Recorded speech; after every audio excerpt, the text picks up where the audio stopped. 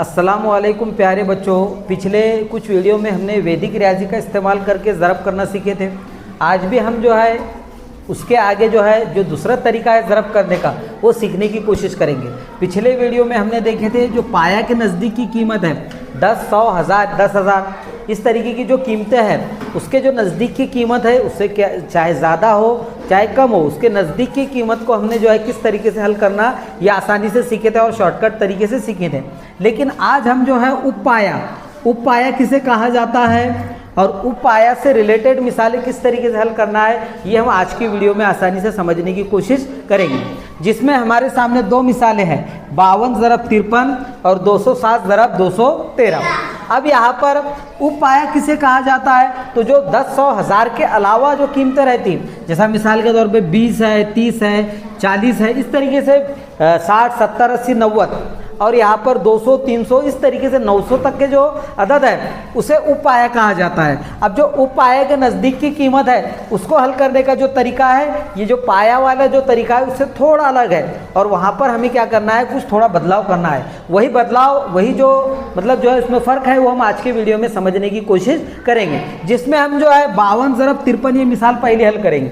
अब यहाँ पर 52 और 53 ये जो है कौन से पाया के नज़दीक की कीमत है 50। कौन से पाया के नज़दीक की कीमत है 50, यानी कि कौन से उपपाया के नज़दीक की कीमत है तो 50 के उपपाया के नज़दीक की कीमत है। तो इसलिए हम यहाँ पर पाया 50 उपपाया समझेंगे, यानी कि 52 50 से कितनी बड़ी है 2 और 53 कितना बड़ा है 3 इस तरीके से।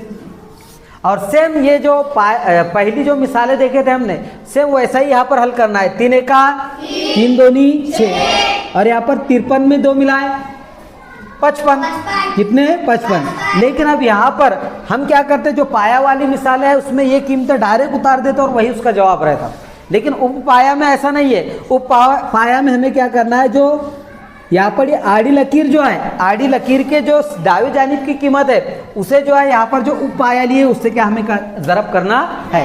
यानी कि यहाँ पर हमें ये जो 55 है इसे 5 से क्या करना पड़ेगा ज़रब करना पड़ेगा। तो 5 पंजे 25, 25 के 5 हासिल क्या है 2, फिर 5 पंजे 25, 25 और 2 27, 25 और 2 27 और यहाँ पर पाया में एक सिफर है उपपाया में कितना सिफर है 1। तो फिर सीधे हाथ तरफ कितना अदद है कितने हिस्से रहना 1। तो फिलहाल यहाँ पर 1 ही है तो उसे जैसा के वैसा यहाँ पर रख देंगे।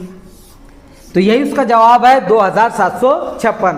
अब हमें फ़र्क जो है यहाँ पर पाया और उपपाया की मिसालों में फ़र्क समझना है। पाया में जो है यहाँ पर जो हमें कीमत मिलती है उसे डायरेक्ट उतार देना है वही उसका जवाब रहेगा। लेकिन उपपाया में हमें क्या करना है जो पाया लिए हमने तो उसके साथ का जो गैर सिफर अदद है सिफर के अलावा जो अदद है उससे क्या करना है हमें यहाँ पर ये जो दावे हाथ तरफ की जो कीमत है उसको क्या करना है ज़रब देना है।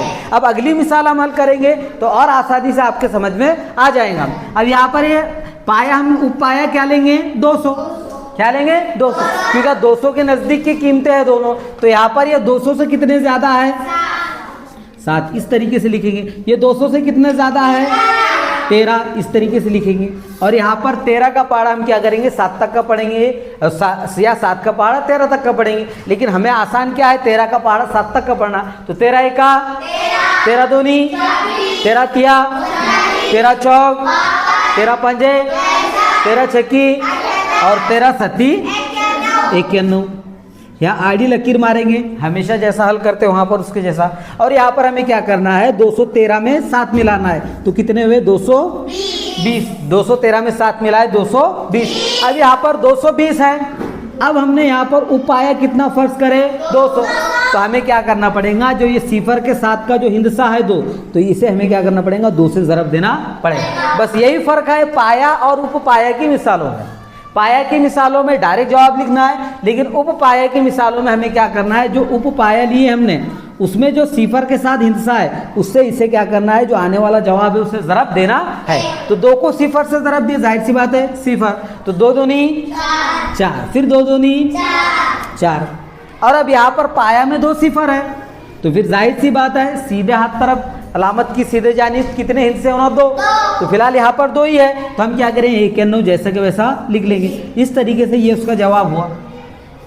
यहाँ पर कितना हुआ 44,091, 44,091, इकाई, दाई, सैकड़ा, हजार, 10,000, यानी कि 44,091, यही उसका क्या हुआ, जवाब हुआ। तो इस तरीके से हम क्या करते हैं, उपपाया का इस्तेमाल करके मिसालें हल करते हैं। अब अगले वीडियो में हम इसकी और कुछ मिसालें देखेंगे और नया तरीका सीखने की कोशिश करेंगे।